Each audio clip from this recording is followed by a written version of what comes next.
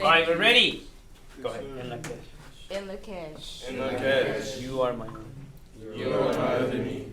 if I do harm to you. to you, I do harm to myself. I do harm to myself. But if I love and respect you, But if I love and respect you, I love and respect myself. I love and respect myself.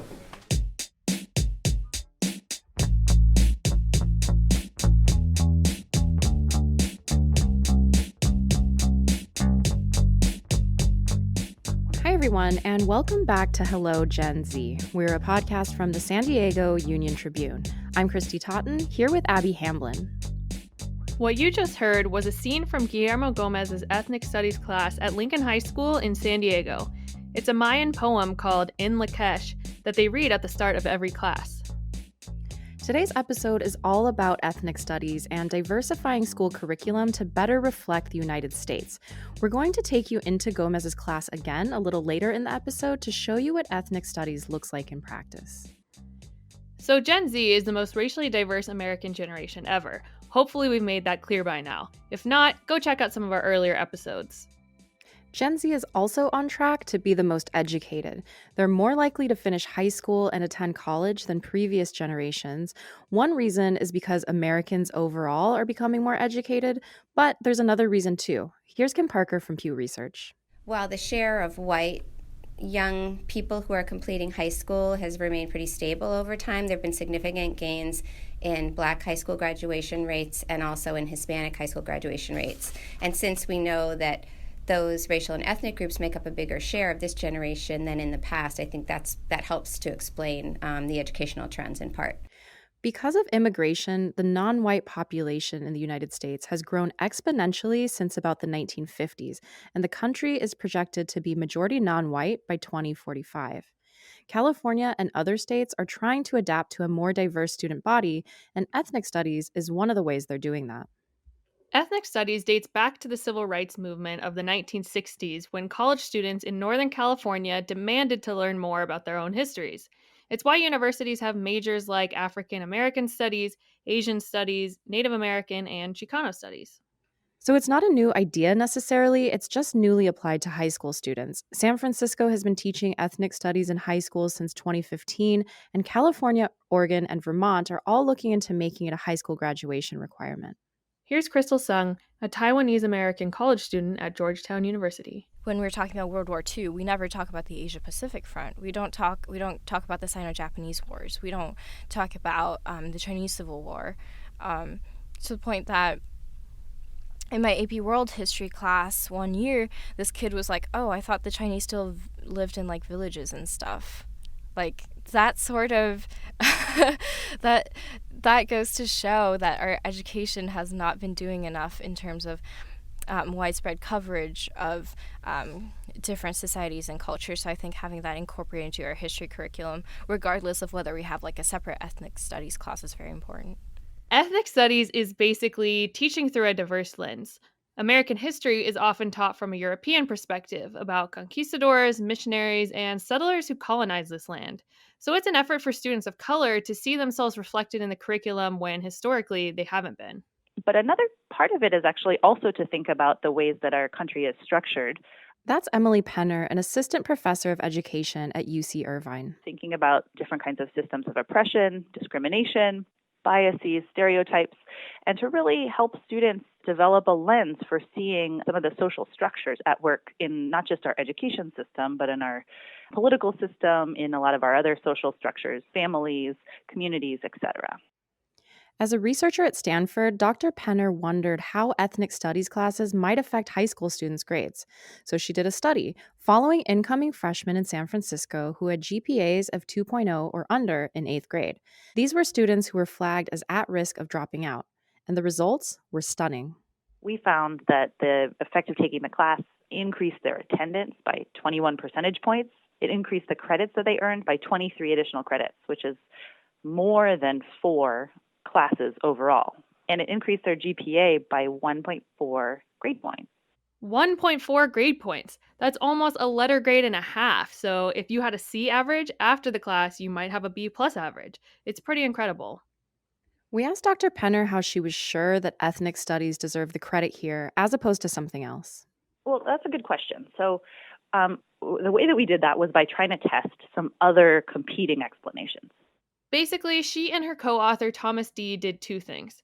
First, they compared students who had taken the course to students with similar GPAs who had not, and they found that only students who had taken the class improved their grades. And then they thought, well, maybe it's not the curriculum, maybe it's the teachers. And so we compared the impacts that those teachers had on the same set of outcomes for their students in those other classes. And we saw no evidence that they were among the most effective teachers of those other classes. It was something special about those teachers teaching this ethnic studies content that seemed to drive the large improvements. And these findings aren't isolated. In 2019, two researchers at UC San Diego evaluated a high school pilot course. Students who took the class reported an increased appreciation for school, their communities, and themselves. They also gained a better understanding of the struggles of their peers and said the class motivated them to engage in activism.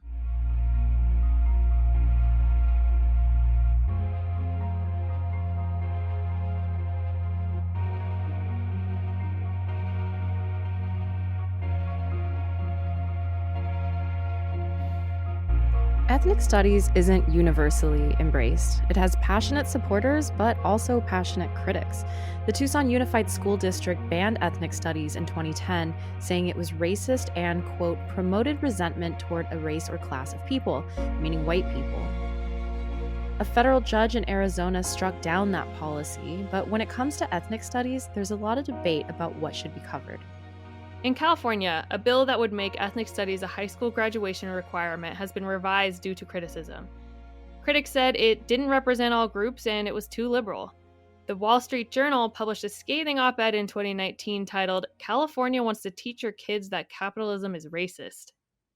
The state's efforts have been criticized by many groups. For example, some in the Jewish community have said the model curriculum was too sympathetic to a Palestinian-led movement to boycott Israel.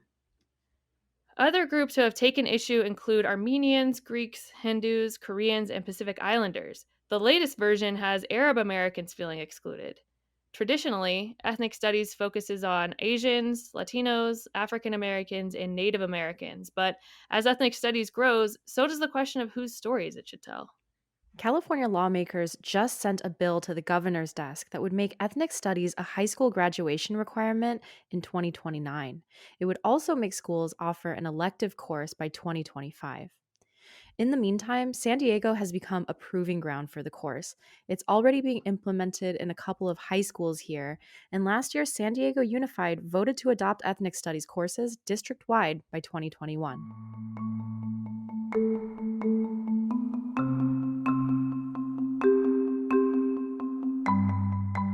So what does ethnic studies look like in action? We went to Lincoln High School to find out. We're in the classroom of Guillermo Gomez, a social studies teacher. So let's stand up, let's do our poem. No phones, get your headphones out the ear. International flags hang from the ceiling, and the walls are covered in posters of social justice icons like Martin Luther King Jr., Malcolm X, Che Guevara, and Dolores Huerta. Gomez was actually one of the teachers who helped draft California's first model curriculum, and he's been teaching the subject for 12 years. At his high school, freshmen take an Intro to Social Justice course, and juniors take Ethnic Studies, the class we're in now. I've seen students just being more involved in school. I've seen students advocate for themselves and advocate for their community. And I just see, it's really cool because I taught the 9th grade course 2 years ago, and I have some of the same students in the 11th grade course, and I just, it's easy we just pick it up, We just pick it up. Students are raising their hand, they're contributing, they're speaking their mind, they feel like they're part of the class. All right, folks, so we're going to start a whole new unit today. So we talked about the foundation of the United States, right? So we looked at the enslavement and... He asked the students, how does each person's story contribute to the larger narrative of the United States? So you guys are going to reflect and discuss what an American means to you and how different identities fit into the definition of America. So remember when we did the identity chart, right?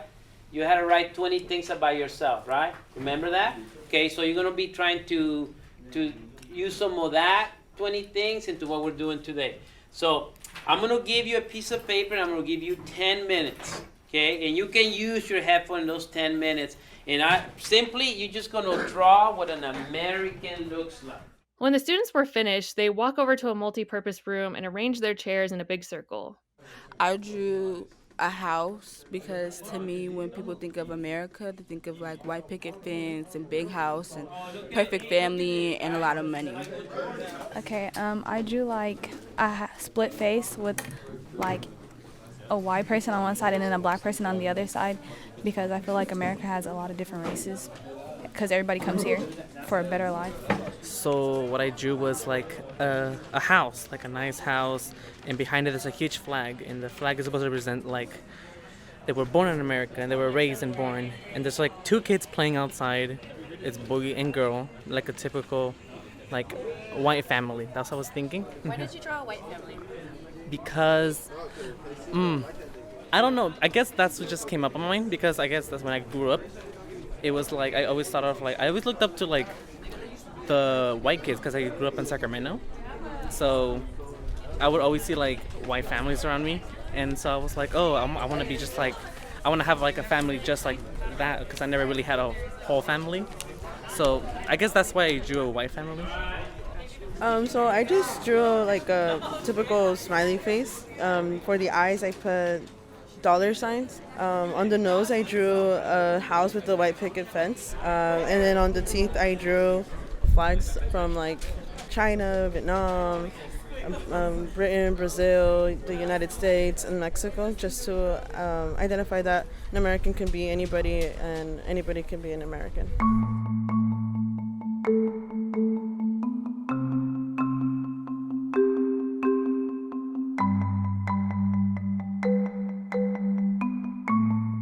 One of the most inspiring Gen Z stories to come out of San Diego last year was when a Chula Vista High-Tech High student won a very prestigious national award.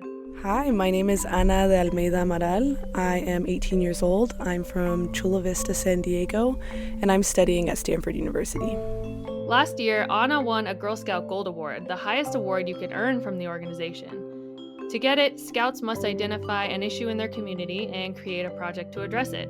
Her issue was representation. So I dedicated over 700 hours to my project. And it started with being a freshman at High-Tech High and realizing that I felt like my cultural identity didn't really have a place in the classroom. So often that feels like I come into the class and I'm a certain version of Anna, and then when I walk out, then I can be like the Mexican-American Anna. And often it feels like that part needs to stay at the door before I can come into the classroom, which I think I wouldn't say it's a traumatic, but it's definitely an experience that causes like dissonance within yourself, because being Mexican-American and my cultural identity is a huge part of who I am. It's essentially how I experience the world, especially being a person of color, where I'm not a white passing person of color. Who I am and how I identify ethnically is very visible on my face and through how I look. And so to pretend or to try to isolate that from my educational experience is not realistic, and it's harmful. Interestingly, Ana had never heard of ethnic studies when she began designing the course. She and her friends just wanted to learn history through the perspective of people of color. Ana pointed to the way genocide is covered in schools. She said when she learned about the Holocaust, it was rightly portrayed as an atrocity. But when talking about genocide of indigenous people in the Americas, it was taught as progress, the new world, a necessary part of American history. Which is, for me, as someone who is visibly, has indigenous roots in Mexico, it's hard to hear that the death of my ancestors was something that needed to happen in order for us to reach a better place in humanity. And when, as a person of color, and not just as a Mexican-American person, but I know a lot of my Black peers feel this way, when you go into a classroom and you only ever see yourself and your people represented as victims of genocide, as victims of slavery, as victims of oppression, the education system is giving us a very clear message about who they believe we are and who they believe our ancestors are. So, Abby, you brought up something really interesting in our interview with Dr. Penner. You basically asked if the goal of ethnic studies is to teach students about other cultures and the curriculum is shaped by the racial makeup of the students, what do you do when it's a classroom full of white students?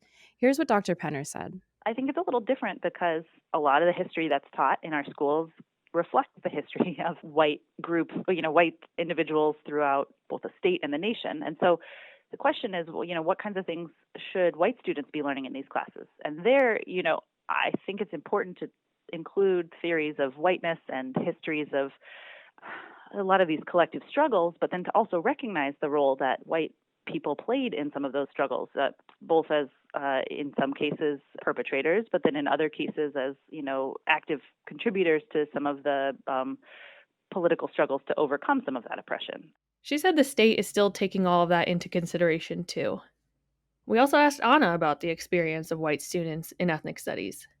She said she gets this question a lot, but it kind of misses the point because the experiences of white students have always come first. But she did say the courses help everyone.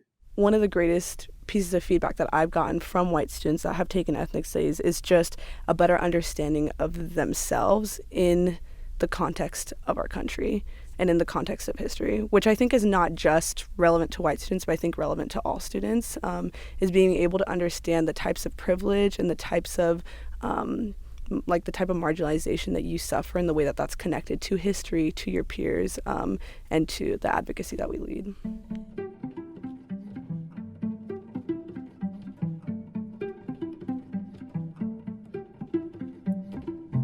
As we've all seen, since the Memorial Day killing of George Floyd by Minneapolis police and renewed nationwide demands for racial justice that followed, young people are becoming more active and some are demanding updates to school curriculum from English to history and more. Oklahoma has revised the way it teaches about the Tulsa race riots of 1921, and students nationwide are calling for anti-racist lessons in Maryland, New Jersey, Iowa, and other states. Lots of school districts have promised changes, and they're working out the details now. Diversify Our Narrative is a national Gen Z-led coalition that wants to see anti-racist texts in English and literature classes in public schools. It was founded in June by Stanford students Jasmine Nguyen and Caitlin Zhou. So far, more than 55,000 people have signed their petition. My name's Nikita. I use she, her pronouns. I graduated from the Eastside Union High School district, so that's in NorCal, Bay Area region, and I am going to be an incoming freshman at Stanford in the fall. And yeah, I'm really excited to talk to y'all today. I'm Sophia. I use she, her pronouns. I graduated from Carpinteria Unified School District or Carpinteria High School in 2017, and that's like near Santa Barbara for those who might not have heard of Carpinteria, a really small town. And I'm currently going into my final year at UC Irvine as an econ and criminology double major. Nikita and Sophia represent California for Diversify Our Narrative, whose board is made up entirely of young women of color. Yeah, I'll just summarize the general clauses. It's having books by a person of color, a BIPOC author, speaking about their experiences. In particular, having them be by in particular, one of the books being by a Black author and speaking of their Black experiences. Because I think that added nuance is super important because like me, I'm like a first generation Indian American student in the US. I have really unique experiences that other sort of demographics can't speak about, but when it comes to the Black experience, I can't say, even me, regardless of how much I study regarding their culture and their experiences, I can't fully put myself in their shoes. So that's one thing our campaign really also preaches is really understanding Black experience and also understand in the context of having multi-dimensional characters.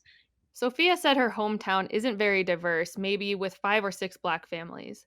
She said reading diverse texts growing up would have broadened her world. I think having this movement plant the seed of including more diversity and equity in the books that we read starting from a young age too, it will allow people to have a better worldview. It'll allow people to, especially young people of color, to see themselves in the books that they're taught in schools. And I think that's really important. Because what does that say to kids who can't see themselves in the books that they're reading in schools? You know, what does that say to them? It says that, oh, your story is secondary or your story is supplementary. And I think that's what we're trying to debunk, is like, why can't our narratives be primary as well? Like ethnic studies, diversifier narrative faces criticisms too. They're told it's too expensive, too liberal, and that schools are doing just fine as they are. They haven't changed any curriculums yet, but they're growing their social media presence, building chapters all over the country, and like Generation Z itself, they're just getting started. As the future rushes up to meet Gen Z, don't be surprised if ethnic studies becomes more prevalent in high schools across the country. This diverse generation has a lot to learn about each other and a lot to teach the rest of us. I think the dream is to just everyone have a better understanding of each other by only portraying like stories of Black people as the help or as like criminals. It just really sends like a negative message, and not that that story isn't important, but it's like, why can't we also have stories of Black joy, of stories where like a Black superhero, like why can't we also have this positive experience of what it's like to be a Black person, or what it's like to be an Asian person or a Latinx person? So I think the dream here is to have this like diverse range of stories for each experience.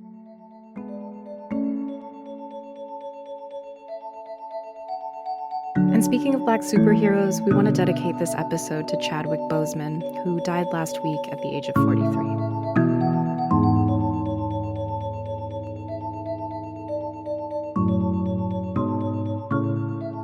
Hello, Gen Z is written and produced by me, Abby Hamblin, and Kristy Totten. Matthew T. Hall is our project editor, Beto Alvarez is our creative director, Gloria Obragozo designed our logo, and John Kelly designs our website and graphics. If you like what you heard, please like and subscribe and leave us a review on your favorite app. Thanks for tuning in, and we'll see you next time.